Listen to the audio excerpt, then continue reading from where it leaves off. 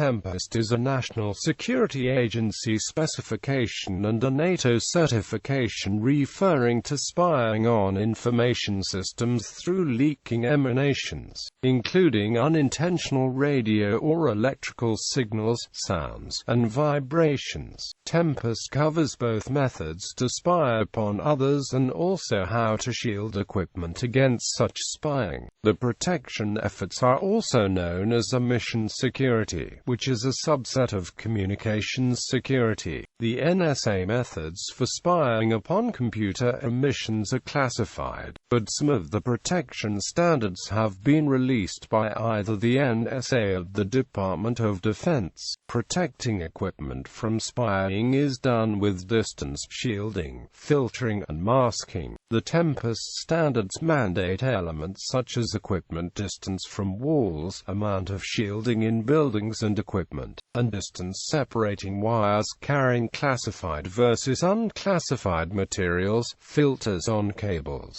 and even distance and shielding between wires or equipment and building pipes.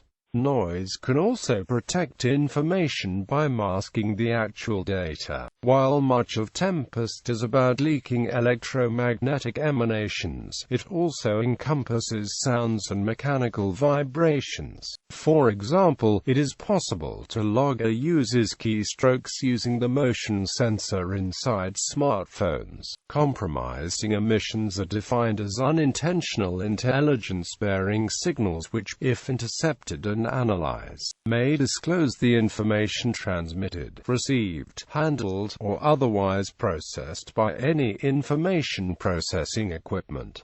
Shielding standards. Many specifics of the Tempest standards are classified, but some elements are public. Current United States and NATO Tempest standards define 3 levels of protection requirements: NATO SDIP 27 Level A and USAN SDISSAM Level 1. Compromising Emanations Laboratory Test Standard. This is the strictest standard for devices that will be operated in NATO Zone 0 environments, where it is assumed that an attacker has almost immediate access. NATO SDIP 27 Level B and USAN SDISSAM Level 2. Laboratory Test Standard for Protected Facility Equipment. This is a slightly relaxed standard for devices that are operated in NATO Zone 1 environments, where it is assumed that an attacker cannot get closer than about 20 meters. NATO SDIP 27 Level C in USAN SDISSAM Level 3. Laboratory Test Standard for Tactical Mobile Equipment Systems. An even more relaxed standard for devices operated in NATO Zone 2 environments, where attackers have to deal with the equivalent of 100 meters of free space attenuation. Additional standards include NATO SDIP 29, installation of electrical equipment for the processing of classified information. This standard defines installation requirements, for example in respect to grounding and cable distances. AMSG 799B. NATO Zoning Procedures defines an attenuation measurement procedure according to which individual rooms within a security perimeter can be classified into Zone 0, Zone 1, Zone 2, or Zone 3, which then determines what shielding test standard is required for equipment that process secret data in these rooms. The NSA and Department of Defense have declassified some Tempest elements after Freedom of Information Act requests, but the documents black out many key values and descriptions. The declassified version of the Tempest test standard is heavily redacted, with emanation limits and test procedures blacked out. A redacted version of the introductory Tempest Handbook NACSIM 5000 was publicly released in December 2000.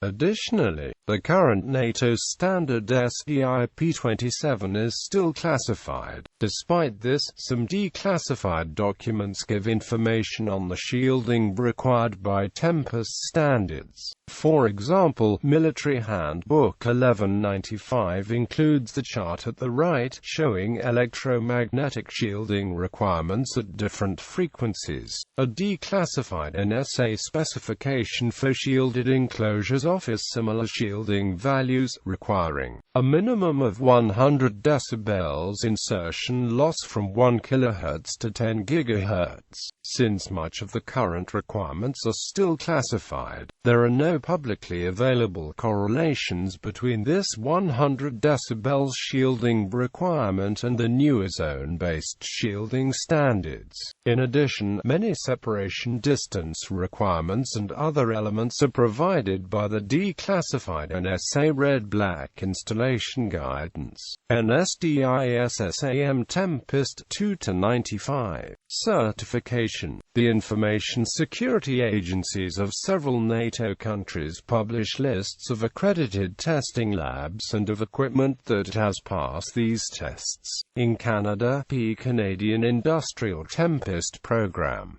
In Germany, BSI German Zoned Products List. In the UK, CESG Directory of InfoSec Assured Products, Section 12. In the U.S. NSA Tempest Endorsement Program. The United States Army also has a Tempest testing facility, as part of the U.S. Army Information Systems Engineering Command, at Fort Huachuca, Arizona.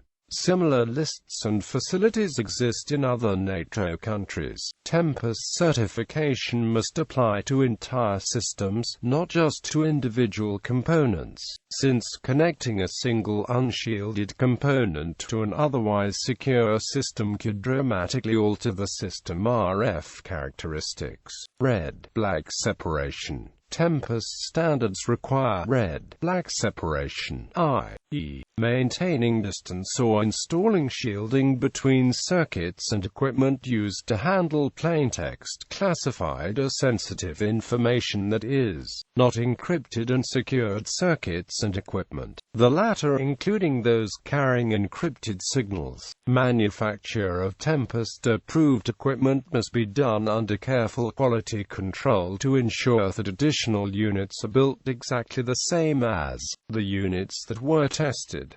Changing even a single wire can invalidate the tests. Correlated emanations. One aspect of Tempest testing that distinguishes it from limits on spurious emissions is a requirement of absolute minimal correlation between radiated energy and detectable emissions and any plaintext data that are being processed.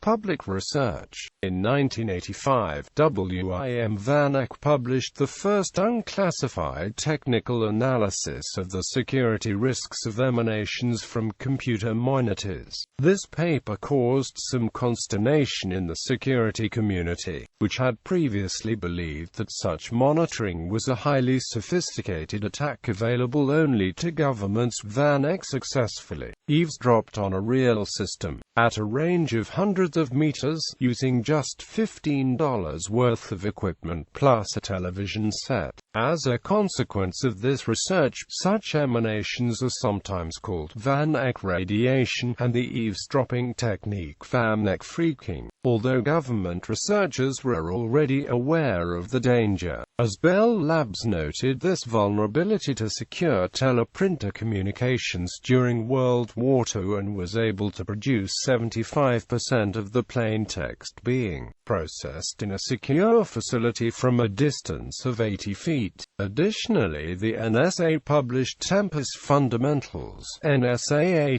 82-89, NACSIM 5000, National Security Agency on February 1, 1982. In addition, the Van Eyck technique was successfully demonstrated to non-Tempest personnel in Korea during the Korean War in the 1950s. Marcus Kuhn has discovered several low-cost techniques for reducing the chances that emanations from computer displays can be monitored remotely, with court displays and analog video cables, filtering out high-frequency components from fonts before rendering them on a computer screen will attenuate the energy at which text characters are broadcast. With modern flat-panel displays, the high-speed digital serial interface cables from the graphics controller are a main source of compromising emanations. Adding random noise to the least significant bits of pixel values may render the emanations from flat-panel displays unintelligible to eavesdroppers, but is not a secure method, since DVI uses a certain bit code scheme that tries to transport a balanced signal of 0 bits and 1 bit. There may not be much difference between two pixel colors that differ very much in their color or intensity. The emanations can differ drastically even if only the last bit of a pixel's color is changed. The signal received by the eavesdropper also depends on the frequency where the emanations are detected. The signal can be received on many frequencies at once, and each frequency's signal differs in contrast and brightness related to a certain color on the screen. Usually, the technique of smothering the red signal with noise is not effective unless the power of the noise is sufficient to drive the eavesdropper's receiver into saturation, thus overwhelming the receiver input. LED indicators on computer equipment can be a source of compromising optical emanations.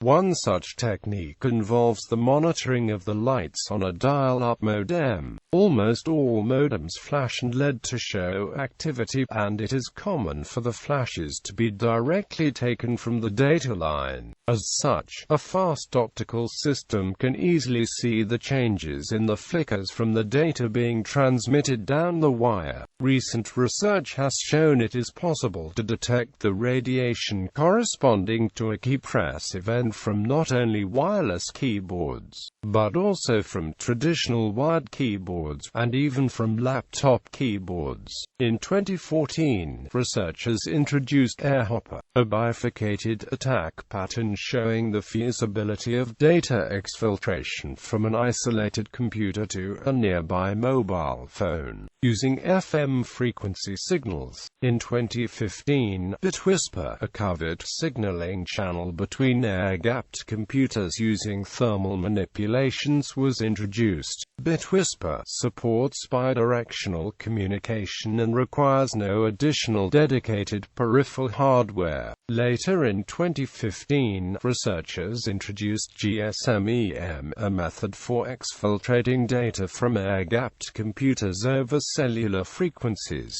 The transmission, generated by a standard internal bus, renders the computer into a small cellular transmitter antenna. In popular culture, in the television series Num3RS Season 1 episode Sacrifice, a wire connected to a high-gain antenna was used to read from a computer monitor. In the television series Spooks Season 4 episode The Sting, a failed attempt to read information from a computer that has no network link is described. In the novel Cryptonomicon by Neil Stevenson, characters use Van Eyck freaking to likewise read information from a computer monitor in a neighboring room.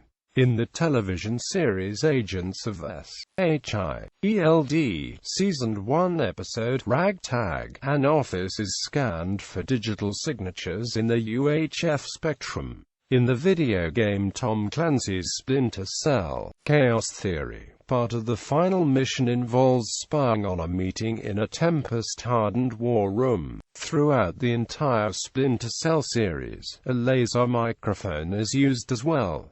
In the video game Rainbow Six Siege, the operator Mute has experience in Tempest specifications. He designed a signal disruptor initially to ensure that hidden microphones in sensitive meetings would not transmit, and adapted them for combat, capable of disrupting remotely activated devices like breaching charges.